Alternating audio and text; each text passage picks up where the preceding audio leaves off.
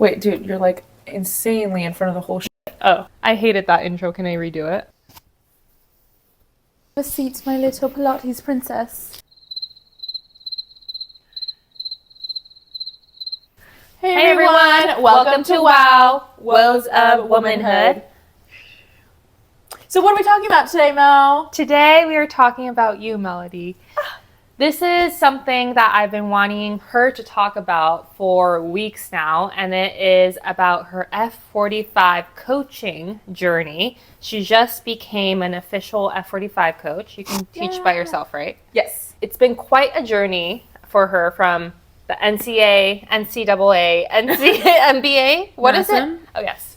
NASM. NASM certification all the way into actual coaching. I wanted to share this with you guys to see what she can teach us at being a good coach. To kick it off, what prompted you to become a coach? The beginning of my journey started off with me being a very goal-oriented person and really thriving off of accomplishments. And I like pursuing many different avenues of things that I'm interested in. And one area that I was really interested in is health and fitness. I've been strength training for a while. I've always loved group fitness classes. So I was like, you know what? This year I'm going to go and do my NASM certification because NASM is very well known in the industry and very reputable for certifying personal trainers. That's usually the career path people go if they want to be a private personal trainer. They were having a deal on their classes or we love the discount. We love a discount. With the promotion, I ended up getting the personal training certification course and the nutrition certification course. It is all self-study.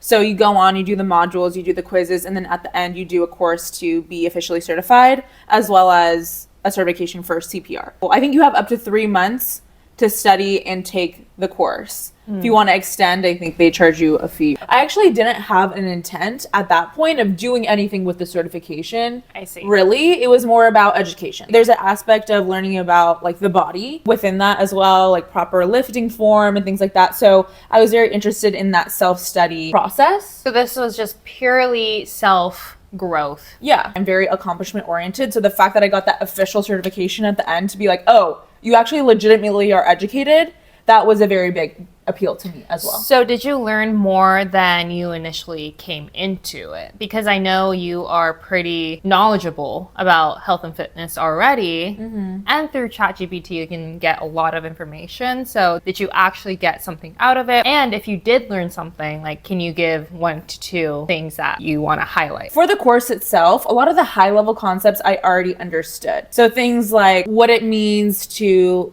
be a coach and some of the basic techniques of you have a hinge movement, you have a push movement, you have a pull movement. I knew a lot of that already just through strength training and my experience in athletics. But I think the level of depth that it went into, I was not a science major at all. And I think if I was any sort of science major and took in-depth bio classes, I actually wouldn't learn anything new. And it actually also went into considerations for special populations like the elderly groups or kids. There's actually recommendations for what types of workouts that they should be doing and how their body is reacting of if they're exerting themselves to a specific level. So I would say that's helpful, but also if you don't keep up in the study, I'm already forgetting a lot of, you have to keep doing it. And a lot of times people just specialize in something. So for me, with going for the F45 route, I would be specializing in group fitness, and there's actually curated courses for group fitness. Melody has told me a few bits here and there about the psychology behind group fitness, and as a fitness trainer, you got to be mindful of what you say, of how you motivate others. Would you mind sharing some of the psychology you learned about coaching and teaching? There was a whole section about the process of getting people prepared to even be a part of personal training. So there's different phases of people are considering going into personal training, or they're ready to start personal training, or they're already on a regular schedule. There's a lot of different psychological tactics of understanding why they actually want to do it. And the different drivers of, do you have that intrinsic motivation, or is a lot of that extrinsic motivation of people supporting you and helping you grow? You need to understand what the client's true motivations are and help them understand that purpose to keep them motivated to keep going. Then on the other end, as a coach, they also give you a lot of tips about being very sensitive to someone's experience and their relationship with food or their relationship with working out. And as a personal trainer, you actually are not supposed to give any guidance on food. You're not really certified. That being said, there are also tips of sometimes trainers are like, oh, work for that meal or something. Do not say that. I would very much make a distinction between your health journey when it comes to the nutrition side of things and your health journey when it comes to physical activity. This was brought up when I was saying, oh, I need to walk and work for my croissant article. And Melody was like, don't think of it that way. And I was mind blown. Really? Yeah. But I do like that thinking though. But that's so toxic because it makes you have a bad relationship with food, treating it like a prize or reward. It's like food is food. You fuel yourself with food. Physical activity is different. Like because you move your body shouldn't be, oh, I'm rewarding myself with this croissant. Now it's putting that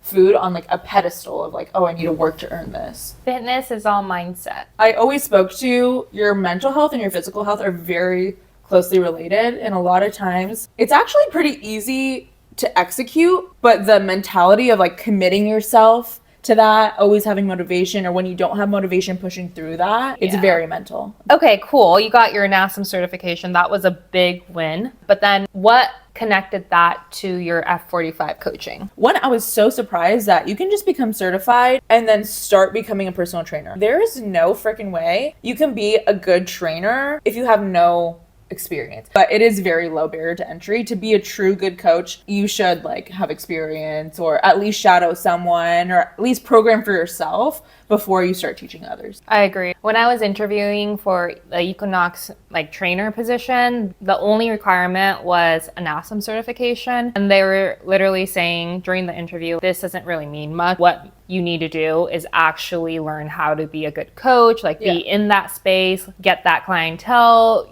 market yourself, et cetera, et cetera. So Melody has been the front desk for SoulCycle. You've done yoga, you've done Pilates. Mm-hmm. She's done the whole 9 yards. So why F45? The area that I felt most comfortable actually being a coach was strength training because I feel like I've been doing strength training the longest. From a form perspective, I really get strength training. It would take me a lot more time to do Pilates or yoga, like a core power certification. Mm-hmm. Those also do take longer. Like for example, for core power yoga, I don't think you even need a NASM certification, but you need their 200-hour yoga training. Pilates too, you can be educated in different forms of Pilates. Like there's traditional Pilates, there's Legree, and those are all different processes. So I would say NASM is very strength oriented. That being said, a lot of studios that are strength oriented are probably like Orange Theory, F45, maybe Barry's. And I'm not a good runner, so I definitely didn't consider Barry's. And also F45 was just the closest studio to where we live. And True. I think that was something I really wanted to think about as a part-time trainer is I have my full-time job. Like I'm not trying to build clientele. I'm not trying to go like above and beyond. Yeah, I want to go there, show up and be the best coach I can be, but I'm not going to be like investing hours and hours into this. Is this for the money? No, like I could be paid $0. Like I don't really care. Coaching is a very good skill to have. I think you can even pull those skills back into the corporate world, or even just day-to-day like mentoring and stuff. So I think it's a good skill to have in general. And a big passion of mine is mentorship. Like I really do enjoy mentorship and giving people advice, and this is just another area where I'm able to express that passion. Honestly, not to like hate on F45, but I wouldn't say F45 is like my favorite workout ever. But I did feel the most comfortable with coaching that because I was the most familiar with the movements. Something about different classes that I was considering is what is the extent that the coach is involved? For some classes like SoulCycle, you'll see the instructors actually riding with you or they're actually doing the class with you. Right. So that takes a different level of skill of like you need to be doing the workout while you're coaching the workout. Other coaches also sometimes have to do their own programming. Like at Equinox, some of the trainers there just make their own classes completely. So there's different levels of commitment for each studio. And something I liked about F45 is as a coach, when you're there, you show up 100%. You're expected to know the workouts. You're expected to be interacting with the people who are there. We're actually required to have at least 3 touch points with each of the people in the class. But beyond what you're doing at the studio, you're actually not doing much else outside of that. Our music is like through F45 radio, which is like through the corporate headquarters. So we just pick a playlist. We don't have to create our playlist. All the workout programming is already pre-scheduled. So we just have to review the workout before to make sure we're able to coach it properly. So I think in general, it's a great gig for people who just want to do it part-time, hop in, do the workout, build those connections with people, and then not really have too much expectations post-class. I wanted to touch on that there's certain classes where the instructor is also working out. I think the good part of F45 is that there are TV monitors that demo the exercises, so you can just actually go in and coach form or like how they're lifting versus having to demo it throughout the workout. I know you do that in the beginning, but throughout the workout. That's a big part that F45 focuses on, is that it's essentially group personal training. So it's like you go in and feel like you're having a somewhat personalized experience where that coach is there pushing you to increase the weight. And I've already had some of that. Like I've built a relationship with people who come to the studio and I'm like, I know you can pick up more weight. For F45, my experience in the past taking F45 classes, it's very instructor dependent. If you have a good instructor, it'll totally change the vibe of the class. And the expectation of F45 is for the instructor to be extremely engaged. My manager was like, you should be sweating at the end of the workout because you are always at the ready and ready to go and help people out with specific moves or add weight when they need it. At some studios, some instructors don't do that. And if they don't do that, then it's just going to feel like I'm coming to this place to follow a workout on the TV. So I totally get why people may not really like F45 if your instructor is not that hands-on. I went to a similar class with Melody the other day and another friend. We do circuit training. It's kind of like HIIT. Not quite like F45 because I think some of the exercises are more powerlifting based. The instructor was yelling into the air, just kind of talking to himself. And I'm like, what is going on? He did come up to me to like correct me and stuff for form, which was great because I was a newbie there. In general, I was like, are you engaged or are you not? Studios should uphold the standard of consistency, but unfortunately, you know, when it's a franchise business, you can't always like quality control your instructors. When Melody was training to become an F45 coach, she was telling me that there is a script. I want to know a little bit about what do you say? What are the key coaching tips you give? For F45, when people come in, obviously there's a whole check-in process where if it's someone's first time, you should be like asking them if they have any injuries, if they've ever taken F45 before, show them around the studio. So there's an expectation of that. And I think personally, I really care about that because whenever I go into a new studio and they don't show me around or they don't tell me like what the frick is happening, I get so extremely triggered. I'm like, like I feel so awkward. I'm like, where do I go? What do I do? Like, it's so annoying. I agree because this other place that I went to, the guy, like, I don't know if he thought I was already adept at just exercises in general or something, but I was like, what is going on? I was freaking out. She was on the assault bike and she's like, what do I do? What do I do? We're like, just use the assault bike. Like, he didn't even like show me around the studio until I asked. Always have to be mindful of the people who it's their first time in the studio. Yes. Then when you are doing your coaching in the beginning, you have like an overview of the workout as a whole, how they're moving, and then you go through each of the stations and show the moves. You only really have 15 seconds per move, so it's very brief, but you can give some initial cues to give them an idea of what they're going to be doing. We have a 3 touch point rule, and within that you can either challenge, so push them to do higher rep count, higher resistance, or higher weight. You can encourage, so like give them a high five or get down on their level, count their reps, or you can correct. If their form is, you know, off, then you can correct their form. You want to make sure that you are looking around the room and you're constantly on the go. Like you shouldn't be standing in one place for more than 5 seconds. Are you a militant or a very encouraging coach, and why? I don't know. I think I'm still finding my own style through coaching. One thing that I do say for the skiers, I was like, I don't want to see you bending into a squat. It should be a hinge movement. Oh, you said I don't want you to see. Yes. And that's when I was explaining it, and she's like, typically in coaching, it should be very together. So it's like, we don't want to be squatting, we want to be hinging. So instead of I, authoritative language, it should always be we. I thought she was going to point at don't say don't, say what to do instead. We can say don't because we don't want them to do that. Right. But it shouldn't be like, I don't want you to. Another thing is when I'm doing the intro, naturally, I had gravitated towards having my hands on my hips, like, hey everyone, like whatever, put my hands on my hips. And she said that that is very authoritative pose. pose.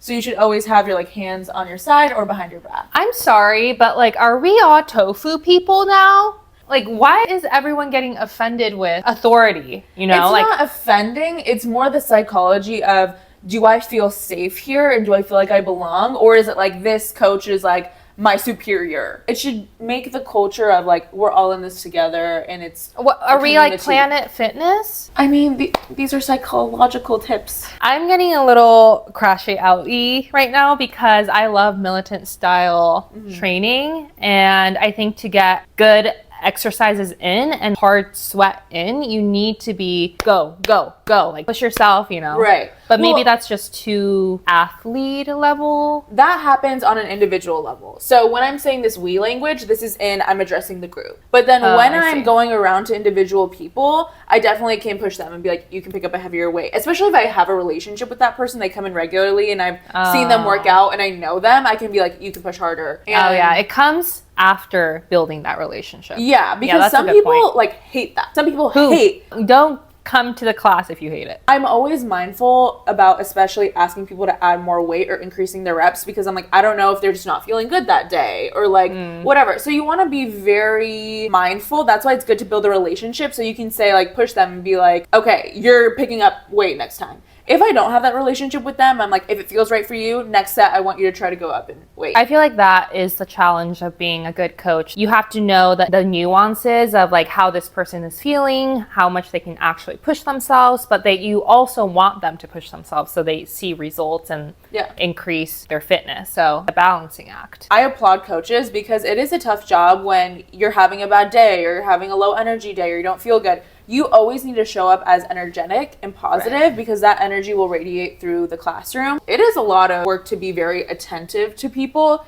and then remembering their name, catering to like what type of coaching that they might want. Like there's a lot of things to think about that when you're taking the class you don't really consider, but coaches are always thinking about. This was another question that I thought was juicy. I know you addressed a few of them, but what is your pet peeve as a coach? F45, again, circuit training, we have resistance days, which is weights, or cardio days. Sometimes people will come in, I have no problem with them doing, you know, a small modification on a movement if they need it. But if they come in and fully are doing a different workout or a completely different move, I'm like, why are you here, bro? You're throwing off the whole class and doing something totally random.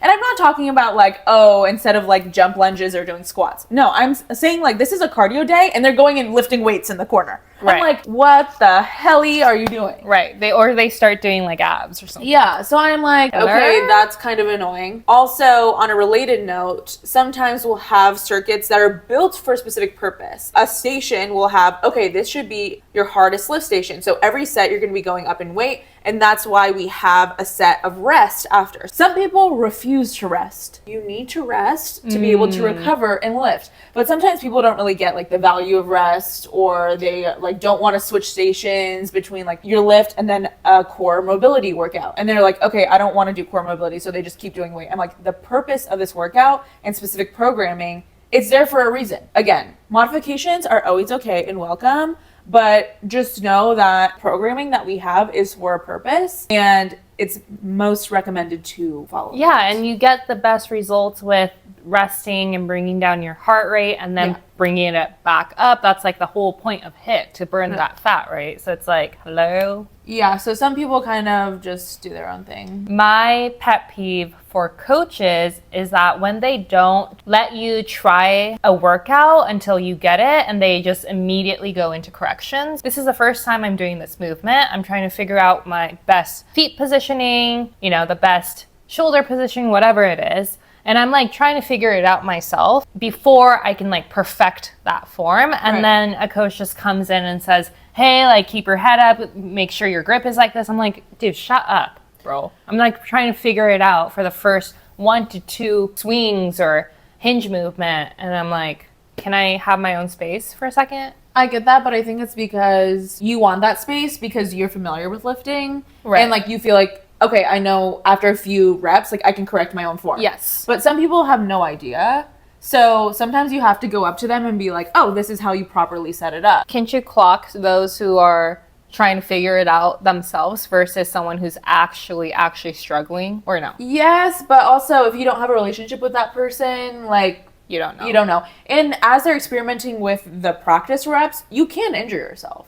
I do want to make a note that even though that person is a coach, they may not always know the best Right. form or like how to do it. And I don't think that defines if they are a good coach or Yeah. not. I think it's more of that emotional or like social aspect of coaching that makes sure. them good or bad. Totally. And I think that's what Expertise. I came to realize is I felt like, oh my God, like I don't really know all the technical parts of being a coach, but you don't need to be a great coach. And especially at F45, I was asking my manager like, oh, do a lot of people have previous coaching experience going into this? And she's like, honestly, no. Like a lot of people start off as like members or like they just get their certification and we just like build them up. Like some coaches are great at motivation. Some are very technical and will go into like great corrections. Like some are very challenge oriented. So they're really good at like pushing you individually. Find what feels right for you and like your identity as a coach. And I think lean into that. I'm so proud and envious of Melody because I think coaching has always been my goal as well. And I just love coaching health and fitness to people because I love it so much for me. I think you could totally do it, Mal. I don't know why you don't do it. So I like just have an idea in my brain and then it's hard for me to execute while Melody is an executor. This is the difference between us. But to wrap up, my last question for you was that how has coaching integrated into your fitness journey? For one, I wanted to become a coach because I felt like I needed a sense of accountability and I needed motivation for myself and actually having like a duty to even do coaching or, you know, get in the rhythm of doing strength training more. That was really helpful. From a perspective standpoint, whenever I go to group fitness classes, I'm also really observing that coach and like how their style is, what I like about their coaching, what I maybe wouldn't incorporate into my coaching. And I just have a lot of respect for coaches too. You actually brought this up. You're like, oh, I feel like if I was a coach, I would have to have the best body ever. I don't know. I look around and see that some coaches have rockin' bodies, but a lot of coaches have like, you know, normal bodies. Normal. That doesn't really mean anything. And I think F45 coaching also helped Melody with her consistency because she has time that she's scheduled in for to go to F45, one, but to actually do the demos, you know, be on her feet and everything. So I think that's really helped you. It's So been that was it. quite an experience. I think you should definitely pursue it, Mel. I think you'd be a great coach. I think I would be extremely militant. Yeah. I think your strength would definitely be in technique and like correcting people for sure. It's funny because I don't know if I can see you being like that super positive, like encouraging constantly. Like I know you have it in you, but I can't see you being like, hey everyone, like I don't know. I was cheer captain. I know you were cheer captain, but I think you were very militant. I hate fluff. I also think that you don't really care about random strangers. And when you're in coaching, you kind of have to care about every individual there. And I would be interested to see how you would tackle that. You know that saying, judgment-free zone? I'm all judgment. In that sense, I wouldn't be a great group instructor, but maybe like one-on-one or three-on-one. All right. Well, thank you, everyone. Leave in the comments your favorite group fitness class. I'm actually very intrigued about which classes are your favorite. And if you like F45. All right, see you in the next video. Not next Thursday, but the Thursday after that. Bye. Bye.